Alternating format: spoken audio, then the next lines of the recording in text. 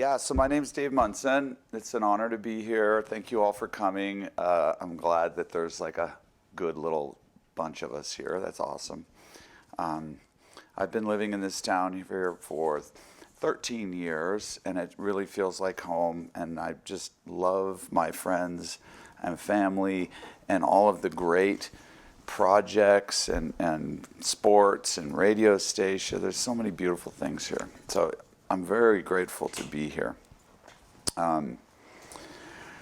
So I have a book that I wrote called Wake Up Laughing, and it's rough written, and I'm in the process. I'm about to start working with an editor. So I have been a philosopher and a preacher my whole life. So everything I'm doing now is just, I've been training for this my whole life. So it's very natural for me. And I think about, I have a 21-year-old kid and an 18-year-old kid who I love and who have struggled and are doing well now, but my heart's really out there with the kids.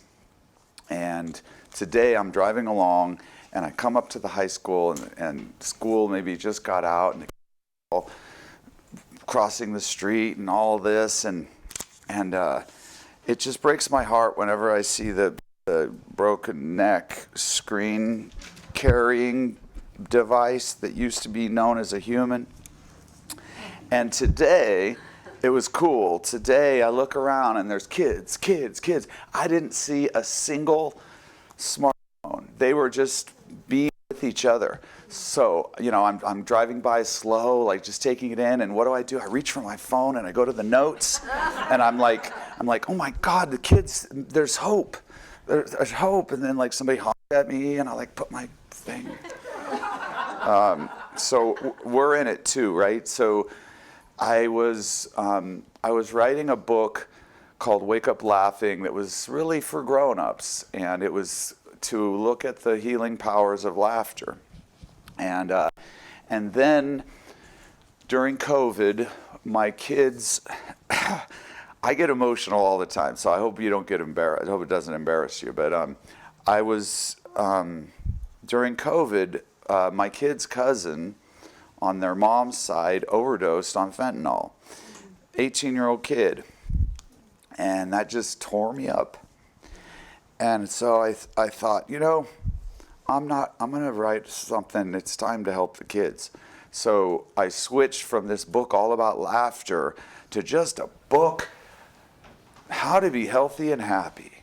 And those two words are what has come up from all the milieu of nice words, healthy and happy. Because if you're happy, but your health sucks, that ain't so great. And if you're healthy, but you're not happy, that ain't so good. So those seem to be the two things. So I came up with 23 chapters of things you can do, old school, hunter-gatherer, our parents, our grandparents, things that we've done forever that seem to cultivate health and happiness. And so it's nothing new, but I think we've forgotten these things. So I'm here to remind people of what people used to do to stay healthy and happy. And I'm trying to look at all the angles. So along the way, I get involved in what is the American education system up to? What are the effects of it on kids? All right, that was ad lib. Now I'm going into my thing here. Oh yeah, so the Wake Up Laughing title came like 3 years ago. I was asleep up in the loft of my tiny house, and I was having this dream that I was walking around, and Woody Allen was following me, and I had all of these jokes, and I was like, hey, da-da-da-da, and he's just rolling on the ground, and he's like, one more, Dave, and I'm like, da-da-da-da-da, and he's just, oh man, I would give anything to know what those jokes were, because I'm sure they were real jokes. And so I became aware of myself in bed laughing. I woke up laughing for the first time that I could remember. And it really struck me. I'm like, because from the age of 18, I started getting depression. I had horrible anxiety. I had a nervous breakdown at 21. I know what it's like to suffer with anxiety and depression. And to wake up laughing is the opposite of that. Laughter is the opposite of seriousness. Laughter is the opposite of tension. And I have yet to cultivate the skill to wake up every morning laughing. Now, I could just have a big note, a big thing like, hey, laugh. What my friend Roger Annenson, he's got some TED Talks, and I've interviewed him in my podcast. He recommended taking 2 or 3 deep breaths first thing and think about the most beautiful thing in your day, just to get your dreams lined up. So this all started out as Wake Up Laughing, a celebration of laughter. And now in my desire to help youth that are suffering with anxiety and depression, I've waded out into some very serious waters. It's hard to make a joke about a youth who commits suicide, or it's hard to joke about the fact that 70% of youth now, according to the CDC, and of course they're a government organization, we can trust them. It's hard to laugh about the fact that 70% of the kids, maybe 80, maybe 90, are suffering with anxiety and depression. But I grew up learning how to laugh. Do I need to watch a clock? I can. Okay. Oh yeah, that one is still there. Good. I grew up learning about laughter from my family. My mom's side's from Arkansas, and they love telling stories, and they love turning a story, just like Mark Twain. You deliver it, and you cultivate it, and you deliver the laughter. And I was a student of laughter my whole life. One of my really favorite stories of laughter is my daughter was 1 year old, and her mom just decided to get a part-time job being a food prep at this restaurant in Dunsmuir. So I'm with my daughter in my little yellow Toyota truck. This is ancient times. My kid's in the front seat with me, although I guess when it's a one-seater, you have no choice. But she's in her car seat. She's 1 year old. We're driving through quiet little Dunsmuir, and she does this thing that little kids do. They make this noise. They suck air. They go, "Ugh," but it's more fun than that. So she makes this noise, and I look over at her, and I go, "Ugh," and I made the funny noise. She laughed. She did it again. I laughed. So at 1 year old, we were playing, and we were joking and cracking each other up. It was awesome. So here's some stuff I wrote. 70% of the youth today potentially are suffering with anxiety and depression. 80% of Americans live in urban areas. God, I just heard another statistic about 70%. So anyway, the reason I'm here is because I care about the suffering of humans. If I didn't care, I wouldn't do this.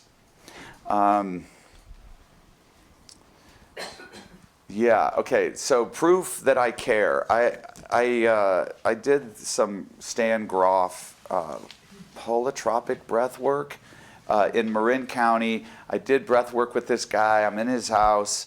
He's playing whale sounds with like some kind of synthesizer. I'm on my back. I'm breathing. I did a few sessions with him, and I got really high, really in there. And fortunately, when I got into the core of my heart, I started crying. And what I found was just the realization of how much I love people and the people in my life and how much they mean to me. And I was really glad. Wouldn't that suck if you like get in there and it's just like, I hate myself, or that was nice. I could easily be working with Earth First or the Sea Shepherds and regarding humans as a threat to all life on Earth, because, in a way that's true. But I can join these two sentiments. I care about people. I know that we are a threat to life on Earth. I can join these ideas by realizing that the healthier, happier, and more truly satisfied and at peace the human beings are, the better we will treat the Earth. So I'm concentrating my efforts on looking at what it takes to create a healthy, happy human. My book, Wake Up Laughing, and the supporting podcasts are a collection of my own life experiences as well as those of the people I interview. I'm convinced that if each of your days is filled with loving, nourishing interactions, that you will be content. You add good food and exercise, and you're well on your way. My book is filled with tales of healing and expansiveness from my own life. One of my favorite stories is Danny. All right. Woo! Dr. Danny. One of my favorite stories in the book is how I experienced the healing of dance at a Grateful Dead concert. And I love this story. The 23 chapters in my book are just basic, one of them's on food, one of them's about meditation, yoga, just basic, steady as she goes, keep going to your class, keep eating well, keep getting good sleep, just steady Eddie.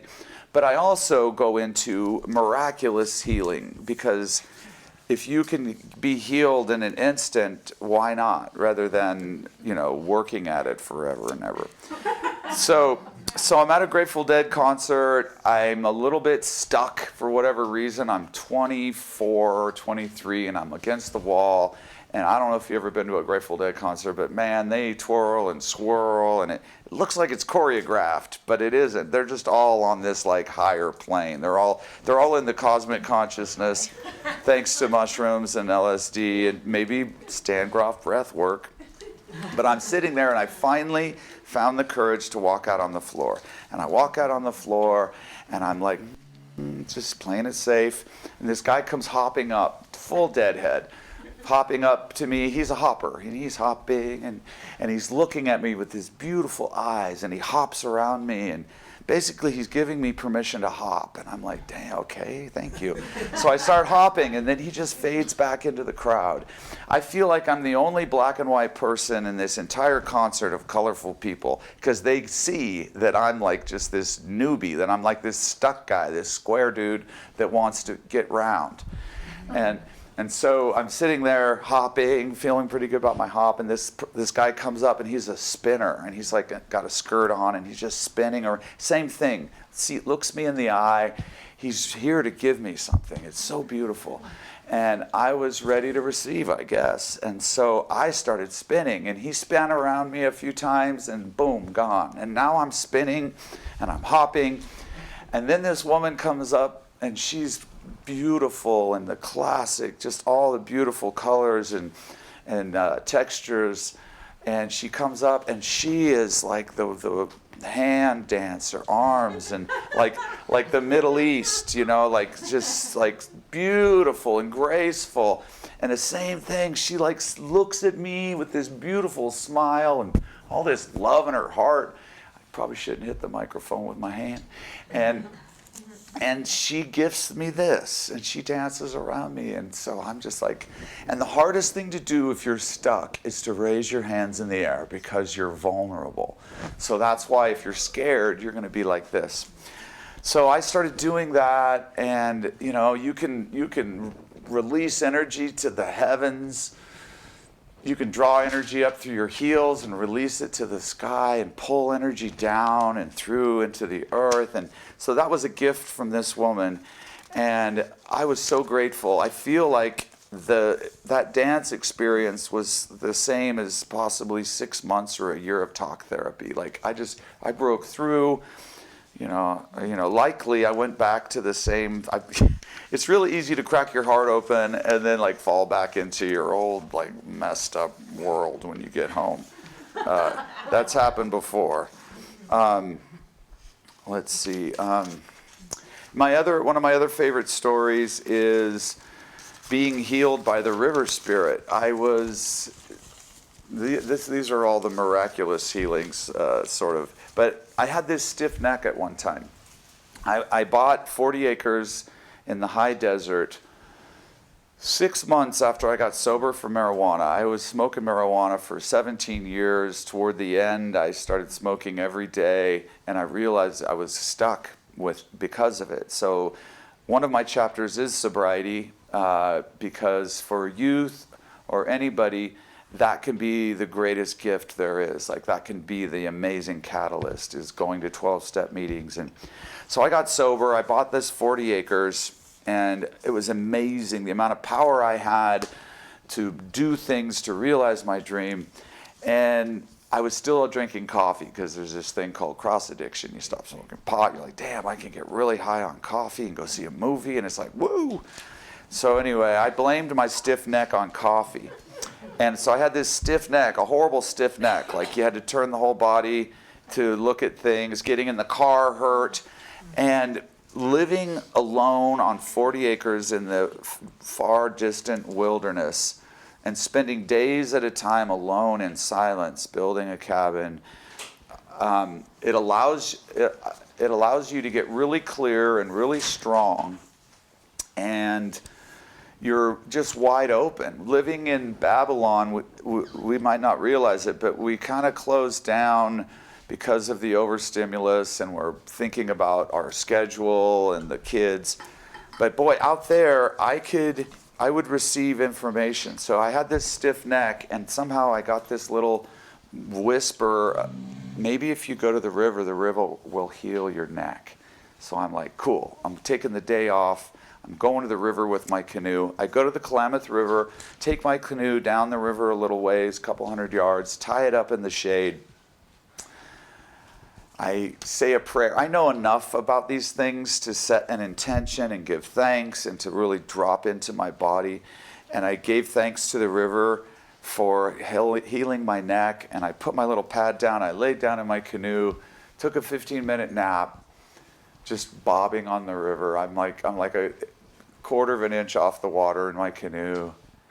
And I woke up and my neck was completely fine. Everything was gone.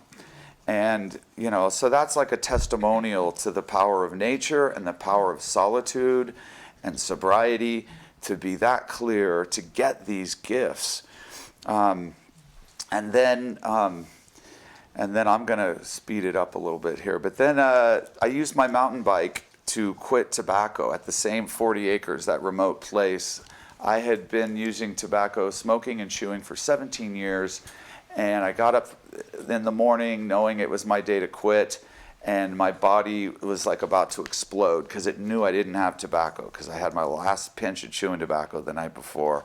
And I was like, I'm either going to jump on my motorcycle and shoot into town and get tobacco, or jump on my mountain bike and ride 10 miles. And I was ready to quit. I jumped on my mountain bike. After the first mile, I was no longer jonesing for tobacco. The endorphins were kicked in, and I rode another 9 miles just to be sure. And I came back, and I was just flooded with endorphins, felt totally good. And I grabbed my sunflower seeds and my bubble gum and my chainsaw, and I trimmed trees and cut firewood all day. Next morning, got up, mountain bike, 10 miles, chainsaw, sunflower seeds, bubble gum. And that's how I quit tobacco, which is really hard to quit. And so, exercise is one of the things in my book, just like this incredible, heavy cardio for getting clear-headed about a project or where you need to be going in your life. There's mushrooms, there's heavy cardio, there's a lot of ways to reinstate your dreams. I have to be careful talking about mushrooms if I'm reaching out to kids, but I also know enough to not be a fool and think that kids in high school aren't doing drugs, because they are. And if they had some guidance other than their peers about what they were doing, it would probably be good, because just say no works until your daughter comes home pregnant, and then it's like, maybe just say no wasn't the best idea. That's a tangent. I'm really good at tangents. If anybody needs help with tangents, I'm pretty good at them. So one of the messages in my book is that we desperately need to show up for each other. The youth need us like never before. Old folks as well. I decided recently to become a big brother for a 7-year-old boy in Ashland. It was really cool. I just put the request out on the radio. I have a radio show. And I finished my radio show, the phone rang, and it's like, hey, Dave, this is your frequent listener, da-da-da. There's a little boy in my neighborhood who lives with his grandma, doesn't have a dad. I bet he would really love to have you as a friend. So I showed up, and now I'm showing up for this kid, and it's so simple. Just throw the ball, go for a walk. And now he's sharing his fears with me. I'm helping him overcome his fears. And I just feel like, there are millions of kids without dads. And probably some millions of kids without moms. So just showing up seems to be so important on whatever level. By throwing a ball with him, riding a bike with him, exploring nature, I'm making a vital difference in one young person's life. When COVID started, I realized how isolated my 83-year-old parents were. So I began FaceTiming them every day, sometimes twice a day. My parents are 450 miles away, but I still FaceTime them every day.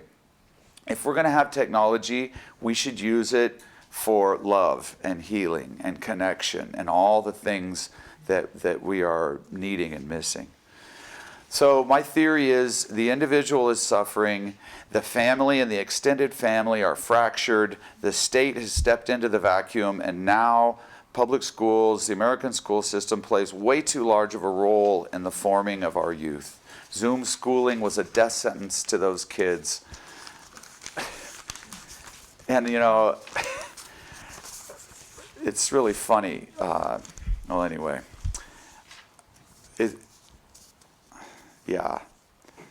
I'm not going to get into conspiracies too much, but the school system had some time to think about what they were going to do. And Zoom schooling was very convenient for the school system to keep the dollars rolling in, to keep all the kids on the line. It was not the best decision for the kids. And that's where parents need to step in and take control of their own children. Our children need to participate in the workings of society and serve the needs of the family as well. We have been broken down into separate groups for processing. Children in this building, old folks in this building, working adults over here.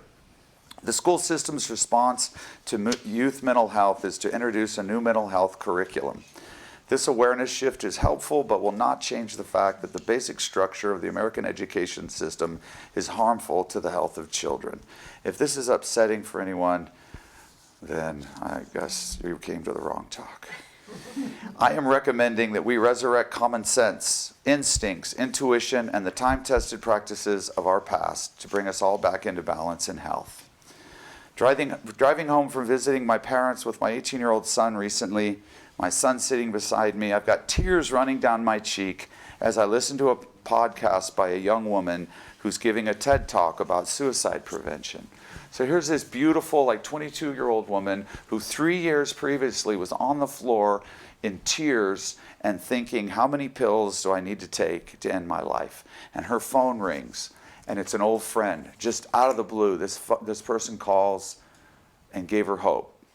And she's with us today. She did a beautiful TED Talk. She has a website, something about gray matter helps or something to help people with suicide. Incredible. Does anybody in here have a family member that committed suicide? I'd just like to see where we're at.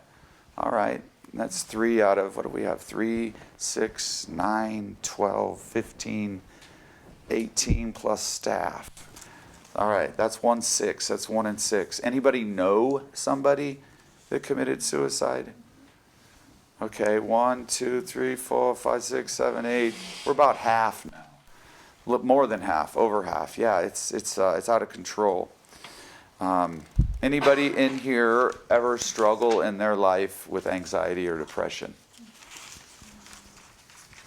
All right, over half. Well, so part of the whole struggle is to have a society where it's acceptable to talk about it. When I was 18 in 1981, nobody in my family had ever had anxiety or depression. We were actually fairly healthy in a lot of ways when you go back. I was pretty alone. My daughter had panic attacks on the way to high school. There was something that was stressing her out. After a year of Zoom schooling and severe isolation, my son came down with acute social anxiety and basically couldn't leave his room. And soccer was no longer an option because he threw up at soccer practice because he was so nervous, and then they banned him for 2 weeks because if you throw up, then whatever. But it was, the story with my son is beautiful because he found the courage to go to a jiu-jitsu academy in Ashland Jiu-Jitsu Academy, and that saved his life. And it supplies him with all the things that a young teenage boy needs: mentors, love, acceptance. a challenge, a feeling of self-worth. And I'm so grateful for those people. And it's the other story would not have been so wonderful.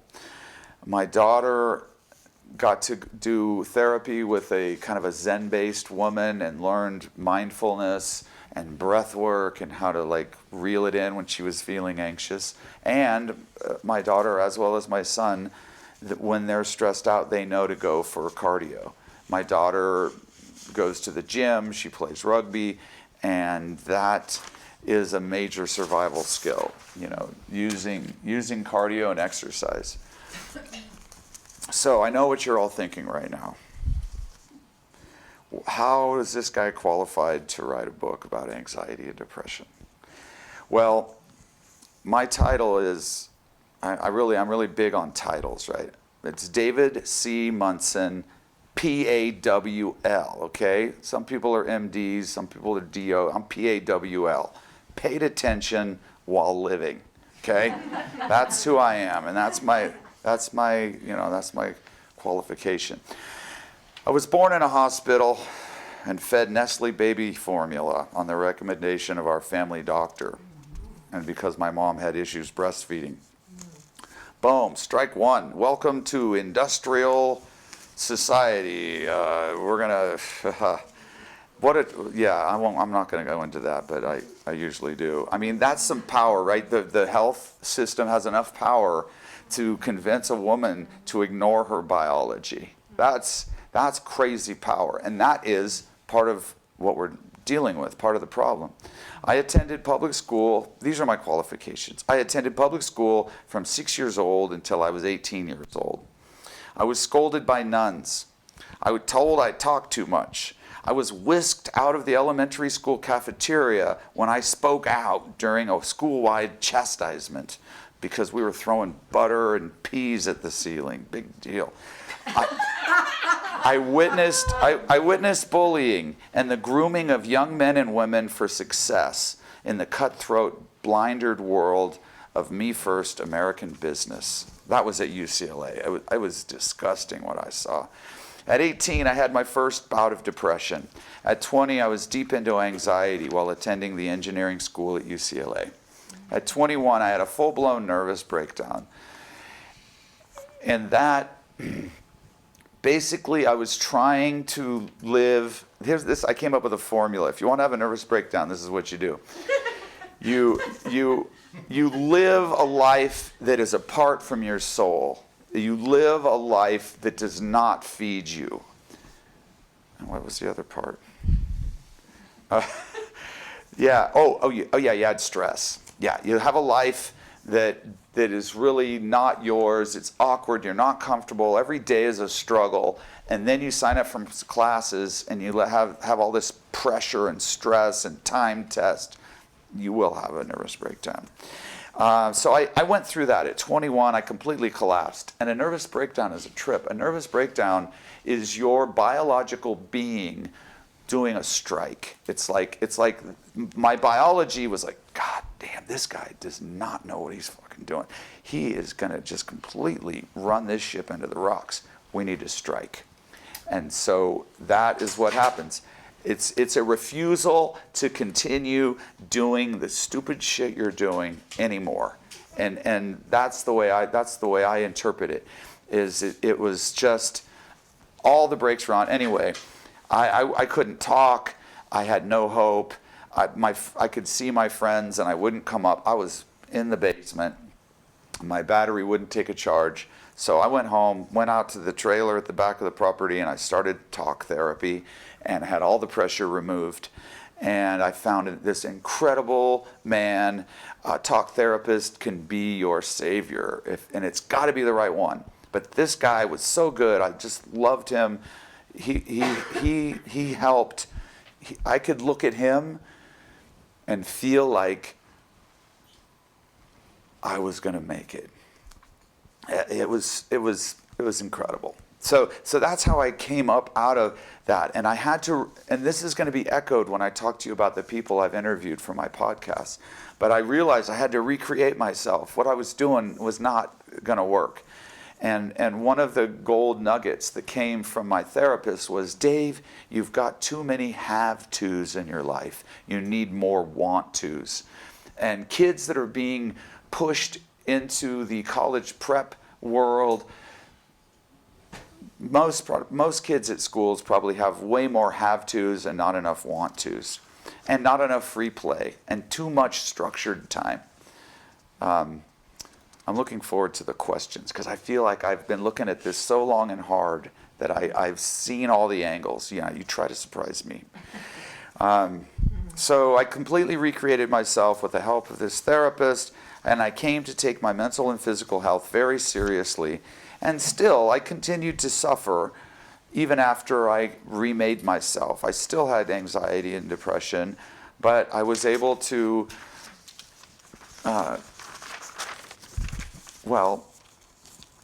over the years, I got closer and closer to living the life that I wanted to live. And I feel at the age 60, I've really got there, where my days are so beautiful. I'll have a day where there's just, from the time I get up till I go to bed, I'm engaged with things that are meaningful and fun and around people I love. And then I'll have another day like that. And so I think that's probably the goal. Either that or be in a cave by yourself and just watch that sunrise day after day and just become a rock on the floor of a cave. So I'm still in my qualifications. I attended many Marijuana Anonymous and Alcohol Anonymous meetings. I did 2 outpatient recovery programs, one for marijuana and one for caffeine. Everyone's going to laugh. I learned a lot and thrilled in the celebration of truth at these meetings. I was a river guide. I hitchhiked across the U.S. I sailed the seas 2 times, rode freight trains, and traveled Central America and Asia. I studied massage. I worked for Greenpeace. I started a nonprofit video production company to save Medicine Lake Highlands from industrial development. I was a contractor from age 21 until 54, and I managed my workers in a loving, respectful manner while meeting the needs of the client. I even bought massages for my construction worker guys, and lunch. I was a husband, or I guess I could say I am a husband.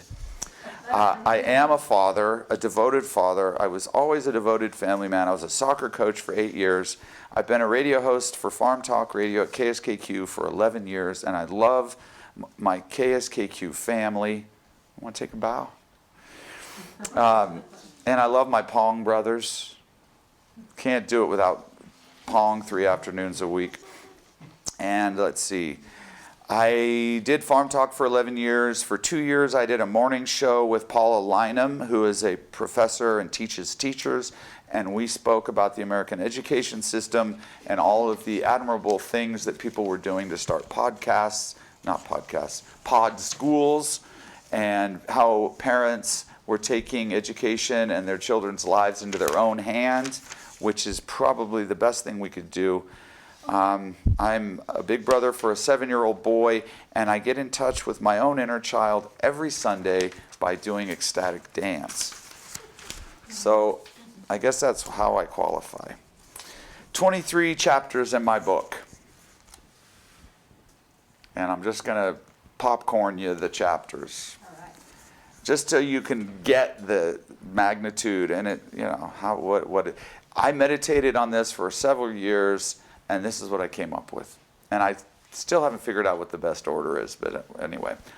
Love, meditation, gratitude, hard work, gardening, yoga, water, sports, singing, dancing, playing, service, go to nature, think happy, get some free, unconditional love from your pets. Try to laugh as much as you can. Use your breath to calm yourself and create vitality. Exercise. Eat good food. Sleep well. Have friends. Cultivate friends. Go to your friends. Get involved with music, whether you listen or play. And seek sobriety if that's what you need to do, because that can be the first step. And then I have a side chapter on parenting, because parenting doesn't really fit in with those other ones. And these are things, activities, practices to help you on your path to health and happiness, or for maintaining health and happiness. So I've got this book that's rough written, and I'm about to start working with an editor, and I'm really excited to get it out, and I just love it, which is maybe a little bit dangerous, but every time I look at the book, I'm like, oh my God, that's so wonderful. I can't believe I wrote that. That's so beautiful. And yeah, I don't know, maybe I'm caught in a spell. But, so I'm just going to share a little bit from these interviews, because I come to this project with my life experience, and I'm very opinionated. I've always been a preacher and a philosopher, and so I come with this knowledge of my life, and a lot of it comes from my friends. And now I'm studying TED Talks, and I'm reading books, and I'm being connected with great thinkers and speakers, and so I'm gathering in new information, and it's really fascinating to watch how it all comes together and becomes this statement, this book, this prayer, this gift, and it's really wonderful. And so now I'm doing podcast. After 11 years of doing Farm Talk Radio, I'm doing video podcasts, and it would have been easier to do audio podcasts, but Joe Rogan, Lex Friedman, they all do video. If I want to be a star, if I want to be famous, I got to do video. So I'm doing video.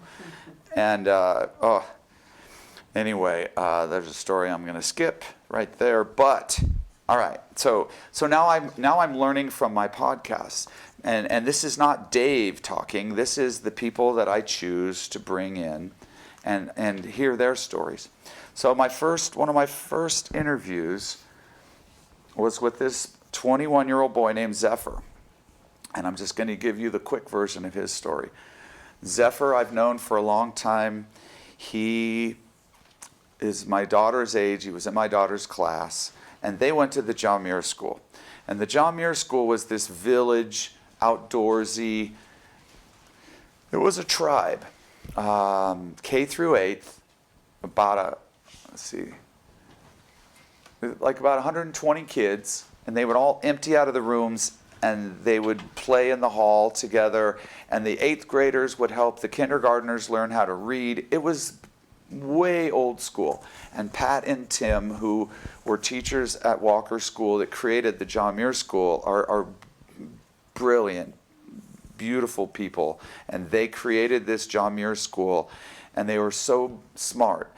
They were smart enough to know that the best thing that a group of people can do in the morning is come together and sing and play music.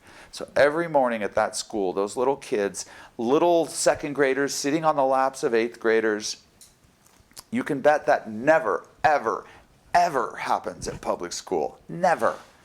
The 8th graders are in a room by themselves. The 2nd graders are in a different building on a different property. Yeah, you can tell I'm into this.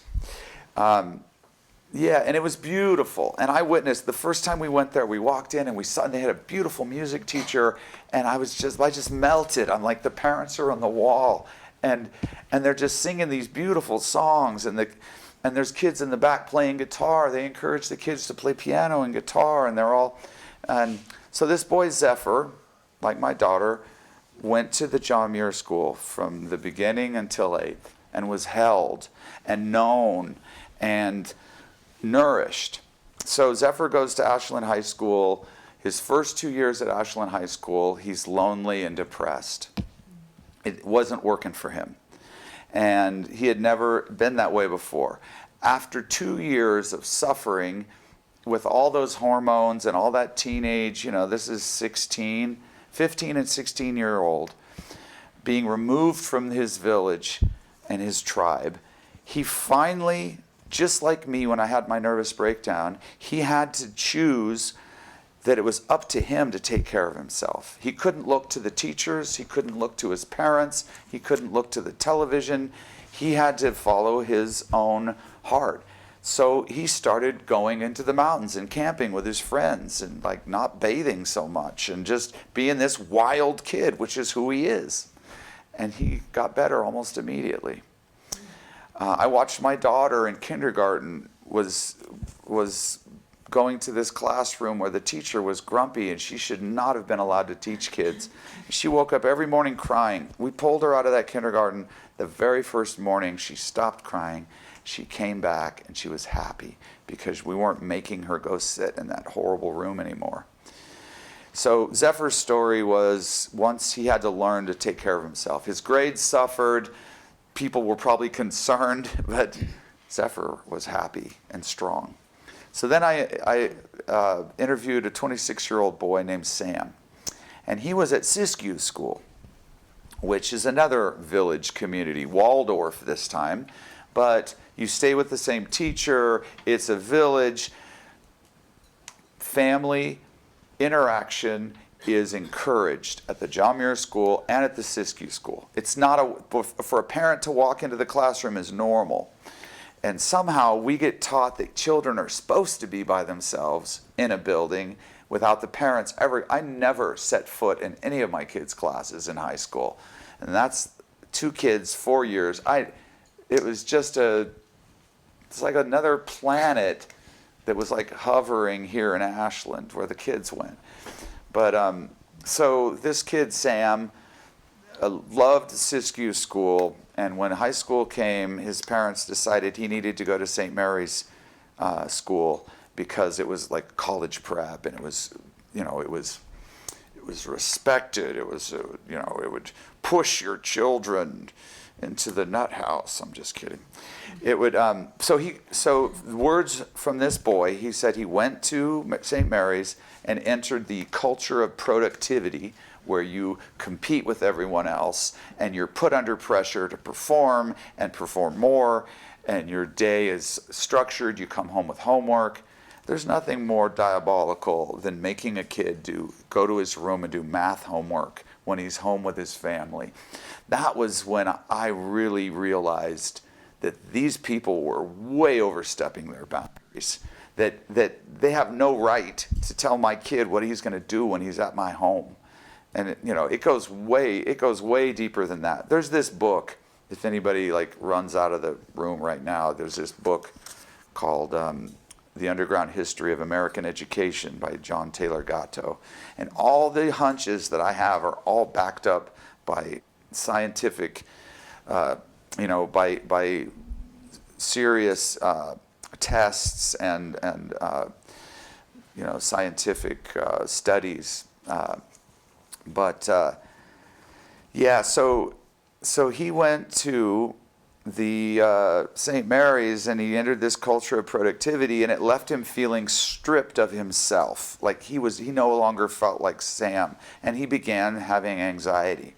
And when he went to college, he filled himself with busyness and this project and that thing, and he was an overachiever. And I guess that's part of what a workaholic is that you can hide in your work. So that was a very similar story. Then I interviewed my friend Doug Stanley. I've known him since I was 5 years old, and he actually became a famous videographer. He was the director of photography for Discovery Channel's Deadliest Catch. But Doug Stanley didn't do good at school. He didn't like school. He found that in order to be happy and sane, he had to ditch school and hitchhike from Rockland, California, up to the Sierras, the summit of the Sierras, to Boreal Ridge Ski Park, and be a ski patrol and ski. So he did that. And that's how he took care of himself. He left and did what he needed to do. Then I interviewed this woman, Rebecca Schlossberg, who is the co-leader of Rogue Valley Farm to School Project. And Rogue Valley Farm to School Project, if you haven't heard of them, is my favorite nonprofit group in this whole valley. They've been my pet nonprofit group at Farm Talk for 11 years. They are taking children from the classroom to farms, allowing them to be involved in the processes of farming, weeding, planting, harvesting. They make a meal together. They harvest, they chop with real knives, and they saute the vegetables. They make pizza sauce, and then they have a pizza oven going. They make organic wood-fired pizza, and they sauteed greens. And the kids sit down at the end of the day at a table, and they have a beautiful meal that came from their efforts. And kids line up to get more greens. They would never think they would do that at the cafeteria, but these greens are amazingly flavorful, and it's positive peer pressure, right? Well, why did you eat kale and spinach, Johnny? Well, all the kids were doing it, Dad. I didn't think it was wrong. Anyway, positive peer pressure. So this woman, Rebecca Schlossberg, goes on my podcast, and she says, kids that have problems in class, the kids that are fidgety and talk too much, or maybe other kind of, pariahs in the classroom, they get out into the garden, and little Johnny is the best mulcher out of all the kids, and the kids are like asking him to show them how he mulches. And so a kid in the classroom who's a problem becomes a leader out in the garden. So, God, I'm so grateful for Rogue Valley Farm to School. And I feel like every school should have a 5-acre farm with orchard and vineyard and farm animals, and so that would be part of the learning process, and you would be eating this great food. And then I did a podcast with Patch Adams, the famous clown doctor, and he actually wrote a preface for my book, which is really cool. He shares from his life, and he says, the stuff Dave's talking about is the stuff that we all used to do to be happy. Like if I wanted to talk to somebody, says Patch Adams, I would go to their house and we would sit down in their living room and we would talk. And it doesn't happen so much anymore. So Patch Adams' story that he shares in the preface to my book is that he was bullied. He said he was a sissy boy, and he got bullied in school and really picked on bad, and he wound up in a mental hospital and on psych meds. And then he went to Martin Luther King's I Have a Dream speech, and he decided that day he would never be sad or depressed again, and has never done any psych meds since. In my book, I am proposing changing your life to be happy and healthy as opposed to doing psych meds. But I don't have a stance where psych meds are bad, because there are times when they can help somebody, and this kid Sam, he used Lexapro for a few times, and I'm not gonna say that's wrong, but I'm encouraging changing your life. There's his name is Peter Breggins, and he's like a pretty famous psychologist and well-known, well-spoken. And he's like, after years of interviewing people and treating people with depression, he's like, people with depression have depressing lives. It's not like they have these wonderful lives, but they get depressed. So he and I are very much in agreement. So there's all this seriousness. And so I'm trying in my podcast, to find, and in my book, to find some humor, because I'm talking about the incredible power of humor. And one thing I'm going to share just real quick, I discovered on my own a way to use humor to heal you right now, like right in this moment. So there's a thing called laughter yoga that's only been around like since the 90s. It's not that old, but it's a cool thing. I never knew about that. But I did know that I'm driving around in my car and I'm thinking about what my kid's mom said or what she did, and I'm like, oh God, I can't believe she said that. And I should have said this. And I'm just like, oh, just like a knot in my stomach, driving around. And I learned that if I'm doing that, I can use the pretend laugh to make it dissolve. And I tell you, it's the handiest thing in the world. And if it's corny and cheesy, that's great. So I'll be grumbling about whatever, because we have a biological tendency, I guess, to focus on what's wrong. And it was a survival mechanism at one time. But so I'll be grumbling, driving along, and I'll just go, ha ha ha ha ha ha, just this totally lame, cheesy laugh. But it just goes away. And I hope that works for everyone. And I was talking with a therapist at the Wellsprings the other day, this awesome guy, and he's like, yeah, but it's not gone. It's just going to come back. And yeah, it's okay. But immediate help, the immediate relief is something I think we could all appreciate. So you go see him, and he'll go into your past lives. So when I interviewed Patch Adams, I had this fun thing. I do a lot of my interviews spontaneous. So he's just about to come on the air, and I get this image of this huge wave crashing and like 20 feet of white water, and you're watching the white water, and here comes this dude on a surfboard with a red clown nose and unfashionably long shorts, and it's Patch Adams, and Patch is on the phone, and he goes, and I'm totally dry.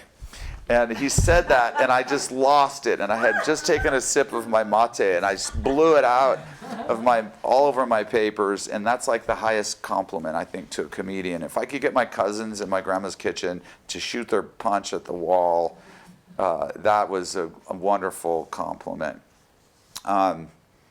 So then I'm interviewing Rebecca Schlossberg of Rogue Valley Farm to School, and she's talking about these kids that are stressed out in the class, and I just spontaneously dropped into this like comedy skit where I was just like, yeah, I'm 8 years old, I'm behind on my paperwork, my boss is chewing my butt off, how am I ever going to buy a house?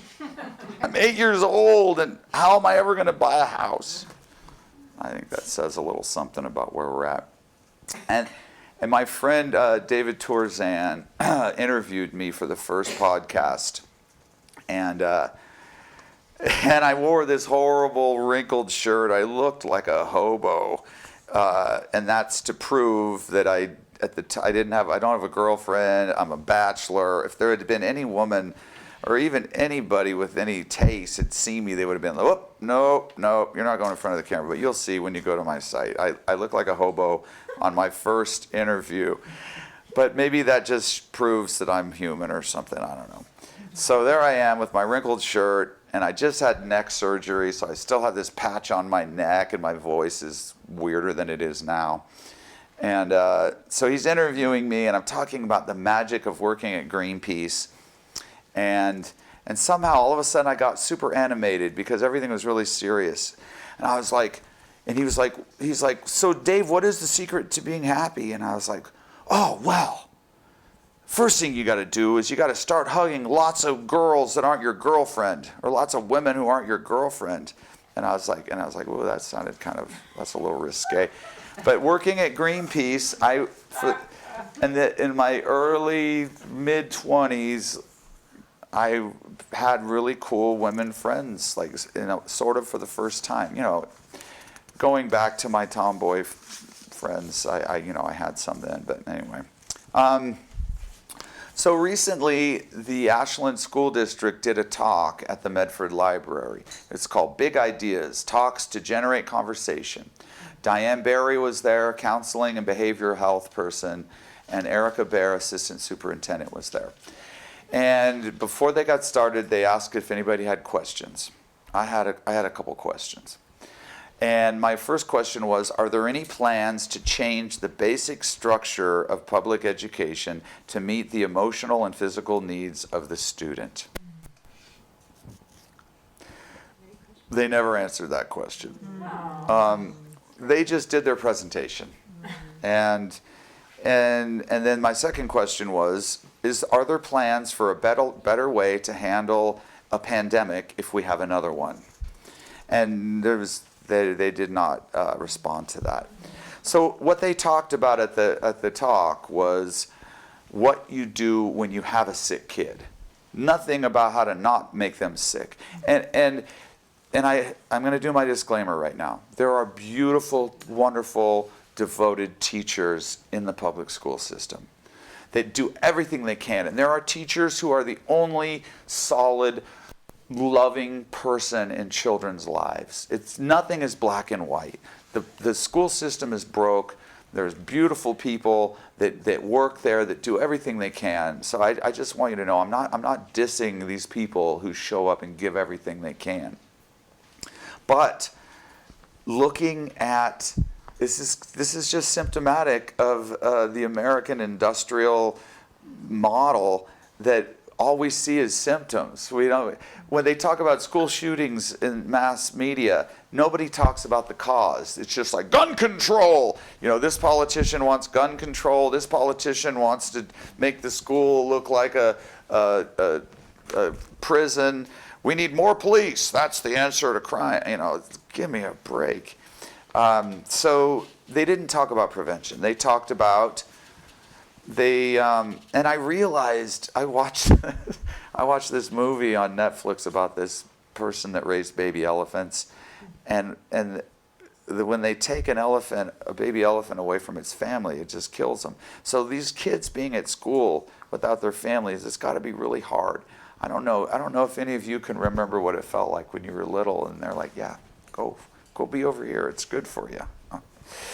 Anyway, so there were some good things that were mentioned in that Ashland School District talk thing. There's a thing called Youth Line, which is peer-to-peer support. So you're a high school kid, you're struggling with anxiety and depression, you call this number and you have somebody your age, and they've been trained, and there are like psychologists or psychiatrists in the room. So that's a really cool thing. There are cool podcasts happening where it's youth talking about their issues. A lot of what I found online with my research is there's a lot of kids sharing that it was hard to share and that they were ashamed. And it was like a big first step to be able to talk about it. You know, like, you know, I feel suicidal, or I'm really sad a lot of the times, or I'm crippled with anxiety. When I was at UCLA, my best friends, I was in a fraternity, and some of my best friends never knew that I had anxiety. So I was somehow maintaining some sort of facade, but I was so crippled and broke on the inside. Another cool program that's happening in the schools, and I don't know how much or how little, but it's called Sources of Strength.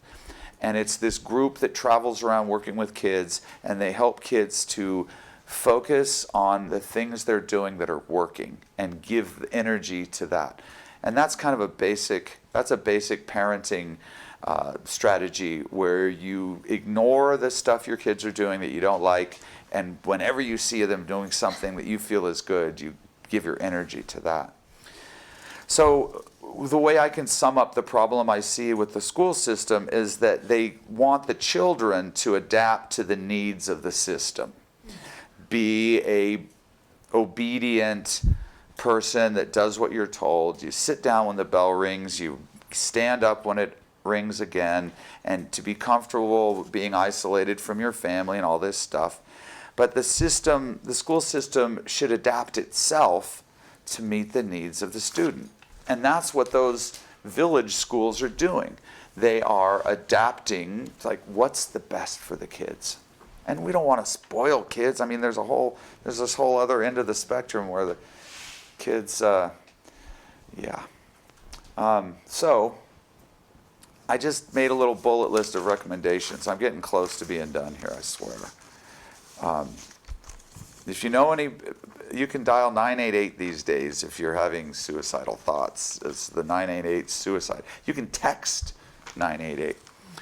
So here's just a little bullet list of recommendations I came up with, because I want to leave a lot of time for questions. Make sure that you love what you do. I say that at the radio station. I sit there looking out at Highway 99, and I'm like, boy, hello, good morning, everybody. I hope you are going somewhere that you love to go to, and if you aren't, you should probably go somewhere else. You know, like, please love what you do.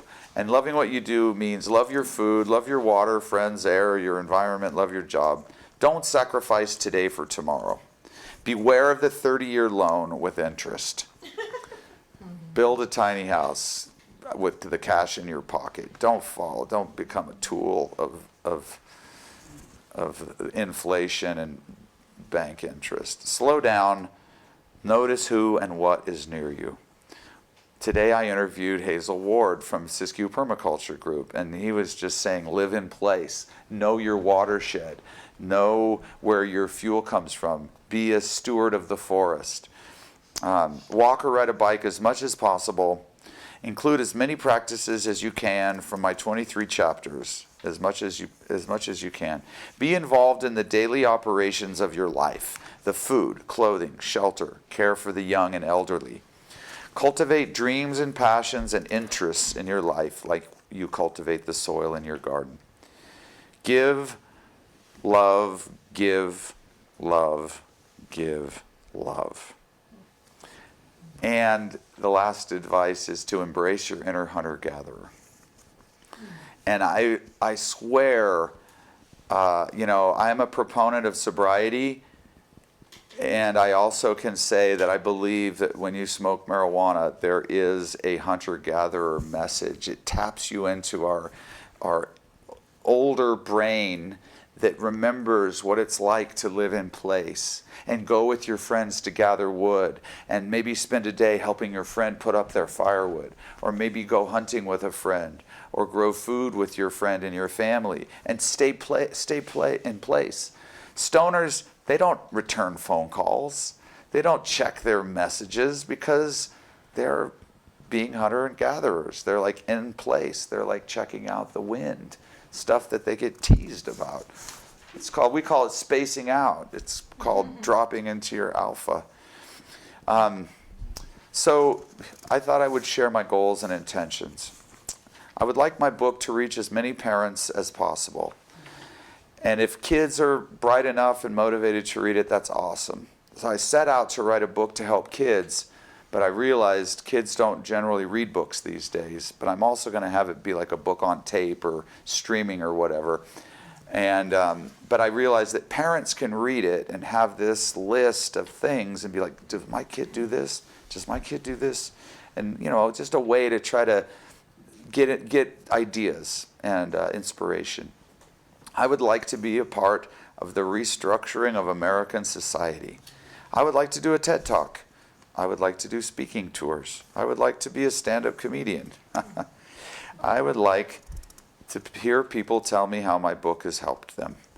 I would like my podcast to go viral, and I want my book to be published by June. And I just wanted to share real quick some of my heroes, and I just happened to pick author heroes. Brett Weinstein and Heather Haying have a book called A Hunter-Gatherer's Guide to the 21st Century.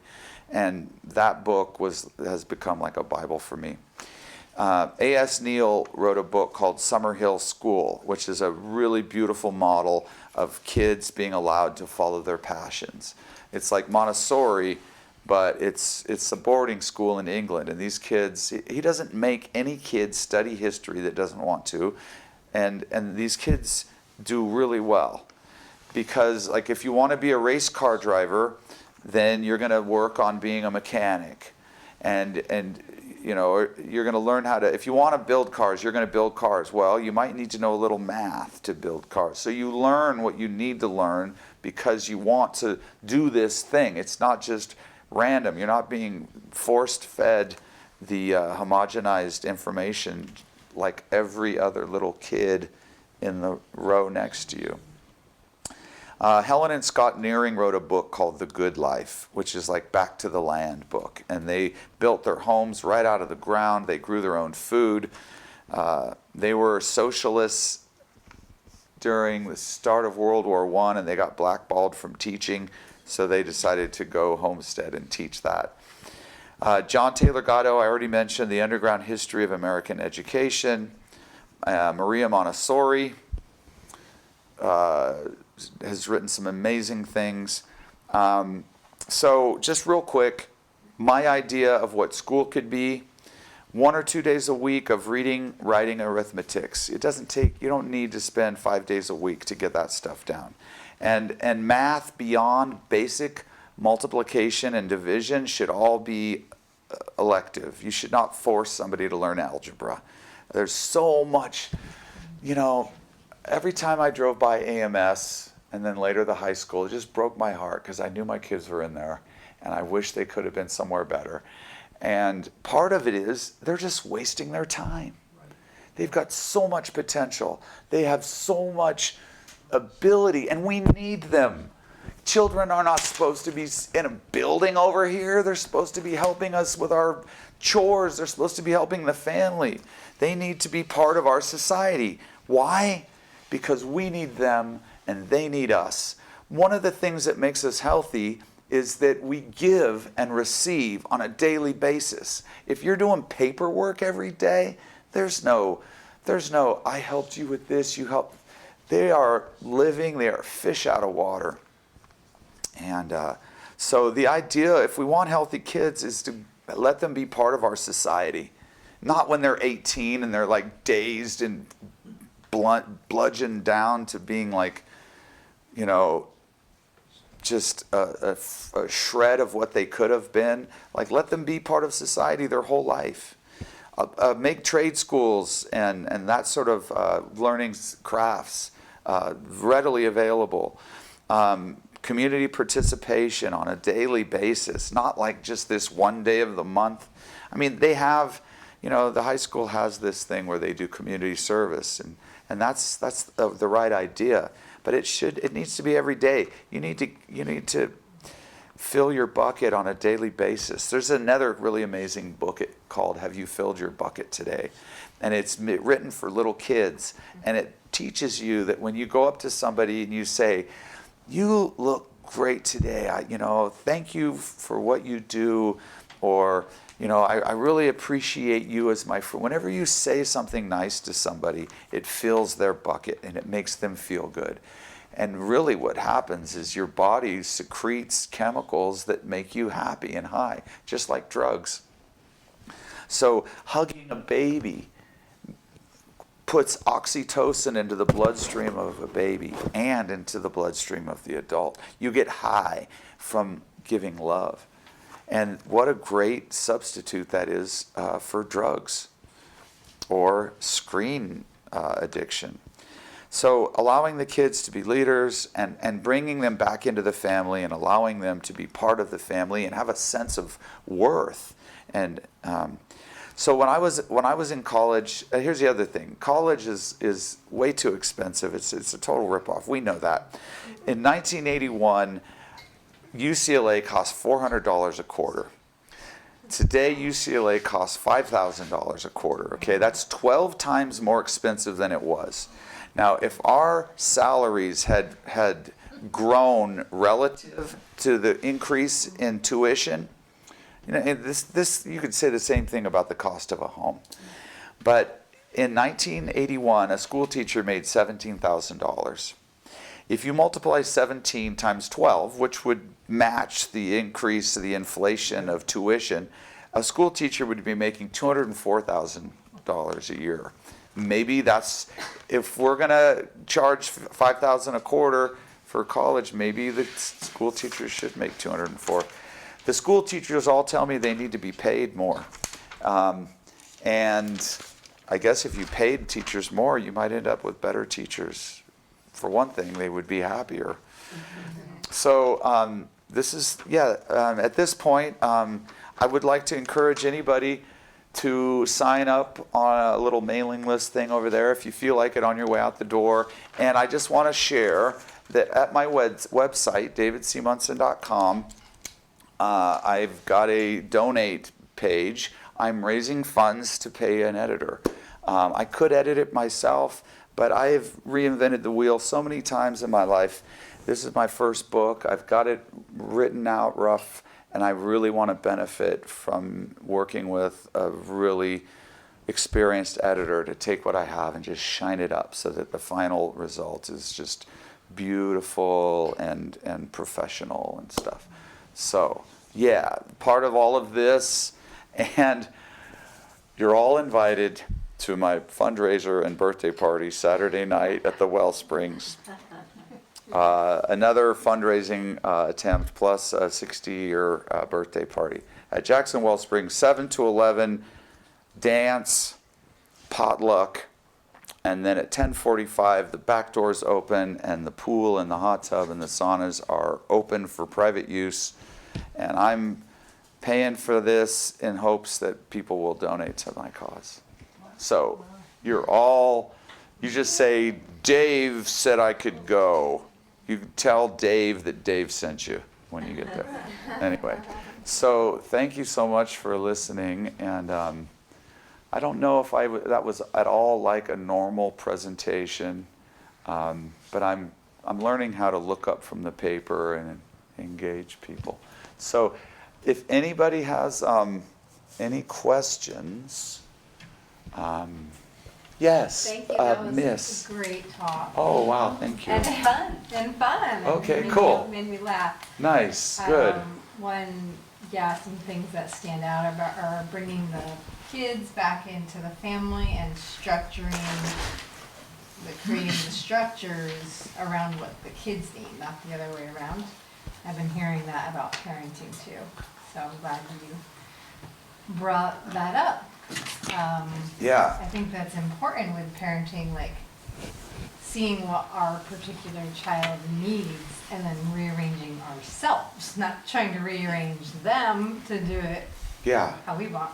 And it's a two-way street, right? Like we want them to be part of the family, and we want to, we want their world to speak to them and to respect them and to acknowledge them.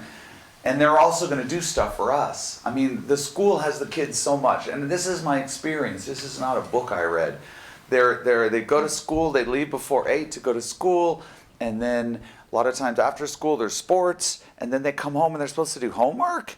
It's like, it will benefit the family. I mean, the problems are systemic. The economic issues where mom and dad both work, kids come home to an empty house. I mean, it's just the whole thing needs to shift. Mm-hmm. But yeah, one of the best things that I got from my therapist when I was trying to be a better dad was just go into your kid's room and sit on the edge of their bed and just shut your mouth and just wait and see what happens. And that is the most beautiful little message I ever got. And it's almost like when you're in the forest, if you're doing stuff all the time, the animals don't come out. But if you can just sit down and be quiet, they'll come out and they might even talk. But like that, to me, that was the most beautiful thing. And because we spend all this time as an authority, and I didn't even realize how loud my voice was, but like telling them what you think, like my opinion, and listen to me, and you blah, blah. And if you can just drop that and like get right on their level, like sit on the ground, oh man, they are so ready to share. Even my quiet little son that's all kind of withdrawn, he would just start gabbing away and telling me about everything. Wow, so. Thank you. I've been in therapy with my son for a while, and every time we go, all he says is how controlling I am. So that's something. Maybe I'll try that. All he says is what? How controlling I am. Oh. She'll give me any freedom. She's so controlling. So my question was. Wow. I'm gonna just sit on the bed and just shut up. Just zip it. Cool. It Cool. works. And I'm gonna. Trust me, I've been there. Nice. Okay. So Yeah. my Really question helps. was about the caffeine. Oh. You mentioned the caffeine high and Caffeine Anonymous. I'm very familiar with 12-step groups. I hadn't heard of that. So what's the caffeine high and what's caffeine Anonymous? Well, so I was with a lot of people that were like state mandated recovering alcoholics, and they all laughed that I was there. I couldn't quit caffeine. It's a very strong drug. We don't acknowledge it as a strong drug, but if you do and you have an addictive personality, I couldn't quit, and it scared me. Like, I wanted to quit. I was tired of the roller coaster. And it's people that do like alcohol and cocaine, they like smoke weed and cigarettes and coffee. That's their form of sobriety. So it's all relative. But if you do nothing, like I did nothing for a while. If you do nothing, caffeine, it's like it might as well be methamphetamines. I mean, it's big time. So I didn't go to Caffeine Anonymous, but I really think we need to start Screens Anonymous and have kids leading these groups saying, yeah, I've been clean of the screens for 12 months and my life is amazing now. I have new friends, my health is better, I have ideas of what I want to do in the world. Anyway, we need that. I think the time is overdue for that. Yeah. Thanks for coming. Any other questions? I like your Peter Pan stance. Oh, thank you. Thank you. Yeah, I guess I am a little bit of a Peter Pan. Yeah, so if anybody wants to start a Screens Anonymous, I think that would be awesome. Let's make it happen. It could easily take off and go all across the country. Another cool thing I think would be to start a society for benevolent technology. The Society for Benevolent Technology, and it's a watchdog group, and it's like a, I don't know if a peer review group is right, but it's a group that looks at all the existing technologies and rates them as far as if they do good or not for the environment, and if they're good or not for humans. So you rate them on a scale of 1 to 100, and I don't know, because if we're just going to let technology tell us what the future looks like, that's not what we want. It's, we can see what that is looking like, and it gets pretty dystopian pretty quick. So I think having a dedicated group of people to be like, to, I don't know, to try to rein it in and maybe put some perspective on, like the amount of energy that Tesla spends making a car that'll drive itself. I mean, there's so much other, I know this is like one of the most popular talks, is like, what could Tesla have done with his billions of dollars that he threw here and there? But yeah, do we need a car that drives itself? Is that going to serve humanity? Is it good for the environment? Is it going to improve our lives? Or is it just more, whatever? Robert Anton Wilson talks about empires needing to dig holes and then fill them back in, and that basically that's what war is. You blow a country up and then you rebuild it, and it's just, people make money doing that, but it's just such a waste. I don't know if people listen to KSKQ, but there are so many great shows on KSKQ. I do my morning show Tuesdays at 8 a.m. and nowadays I've been talking about my project and just trying to be light and goofy and just sending laughter out into the world. And sometimes, I talk about psychology or whatever. And then at 9 o'clock after my morning show is Project Censored. And that is such an incredible show, talking about the stories that will never get told on the mainstream news, but important stories. Like today they were comparing the war in the Ukraine with our invasion of Iraq. And it's important to look at these things and why did it happen? How did it happen? How did the media orchestrate it? How were we, some people, duped into thinking that it really needed to happen, or that that we were, anyway, it's an amazing show, Project Censored with Mickey Huff. And then after he does his show, I'm the bread on the sandwich and Mickey Huff is the meat. And I'm in the morning at 8 I talk about education, psychology, and then at 10 I do farm talk and I interview people like Hazel Ward of the Siskiyou Permaculture Group. Today Hazel came in and he's just a nut, just a brilliant, lovable person. And we had so much fun, and they have such a wonderful vision for how this place, this valley, and the world could be. And so anyway, I think KSKQ really offers a lot of education, quality music, and voices of your own people in the valley. There's got to be another question. Did I make any of this up? Okay, go ahead. I have kind of a statement question. So I'm thinking the 12th step is about being of service and Yes. taking what you can and giving it to others and sharing your experience, strength, and hope. And I was thinking how that applies to everything you've been saying, and how these children grow so much from sharing with others, and we forget that. Yes. I could see where that could be very healing for adults and children.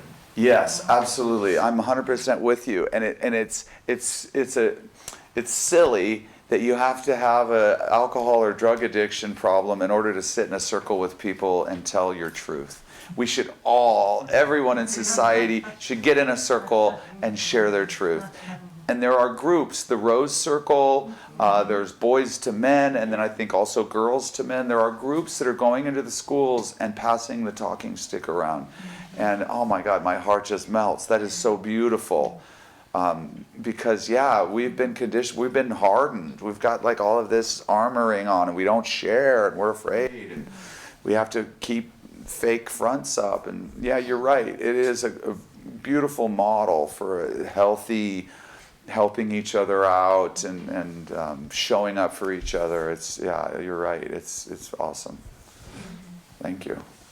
Okay, there was some other hands. Yes. So your podcasts, your one at 8 a.m. and then 10 a.m. Farm Talk, is that on KSKQ? Is that how you go to it, or how do you? Yeah, so those are radio shows. My podcast is at KSKQ. My podcast is on YouTube, and it goes from my website, davidcmunson.com. Oh, so go to your website. Yeah, that's the easiest thing is to go to davidcmunson.com, and you just click on a link, and now you're at my YouTube channel, and all the podcasts are there. But in the 8 a.m. and the 10 a.m. on Tuesdays, those are live radio shows over the air, 89.5 FM in Ashland in your car stereo, car radio, and 94.1 FM in Medford. I've got cards for the radio show over here as well as a bunch of yellow cards for my website. Yeah, so the radio show is a live thing. There's also an archive. And yeah.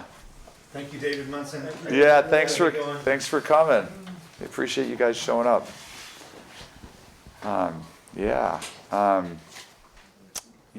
I hope, please feel free, if that pile of cards run out, I have more in my bag.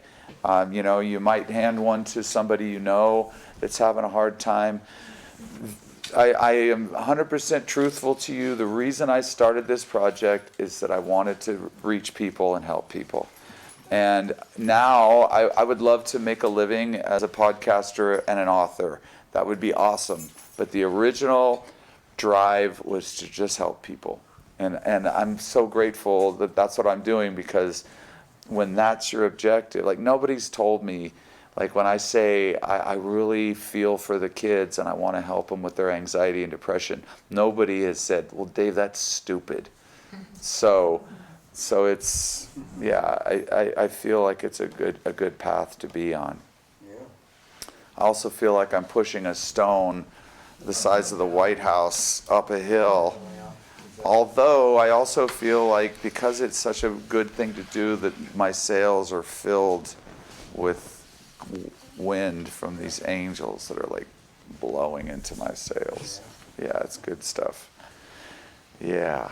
Yes, Rael. Yeah, I agree with everything you said, 100%. The hard thing for me is how to not get overwhelmed. Like, where do we even begin to talk to the school system, to get more farm to school, I don't know where to begin. Okay, I'm going to repeat your question. Rael asked, she says she believes in everything I said, but it's overwhelming because there's so many problems. Like, where do you get started? Where do you start? Well, I guess on page 1 of my book. But where do you get started? You get started, like I always like to break it down to to yourself, right? You start by loving yourself, and if you get really good at that, you could probably love somebody else really well. And you can go knock on your neighbor's door and see if there's anything you can do for them. Breath, laugh. Man, I got a million, I'm Mr. Suggestion. Like, I got a million suggestions in my book, and just get one of them, right? Like, there's 200 suggestions in my book, and maybe, I suggest to kids to start a business. Go clean up some elderly people's yard and make them feel good, make some money. Go wash windows and make some money and make people's lives feel better. So I got endless suggestions. But yeah, like everybody's going to have their particular niche. Maybe you're a baker. Maybe you're going to show kids how to make cookies and pies. And you know what? That is enough. That is huge. My grandma taught me how to make pies, and I like watched her, and I became a pie maker. And yeah, so there's so many ways to show up. But yeah, and it's funny in writing this book. I'm like thinking about it like strategically, and I'm open to anyone's thoughts on this. I'm thinking strategically, like I could have this really clean book that's very nice, and I just talk about all these things that work and my suggestions for things to introduce into your life, and not go into political stuff, not go into the school system, not go into any of that stuff, and just keep it clean enough where maybe it would make its way into the school system. But then this woman who's a publisher and a literary agent, was a writing coach, she's like, no, don't pull back any of your punches. This is not a time to hold back. You have to let it all out. So I'm currently in line with that. And the school will never, although sometimes they are so ignorant, they might even put a book in the school that says to leave school as soon as you can. It's funny because the one hand doesn't know what the other hand's doing sometimes. Yeah.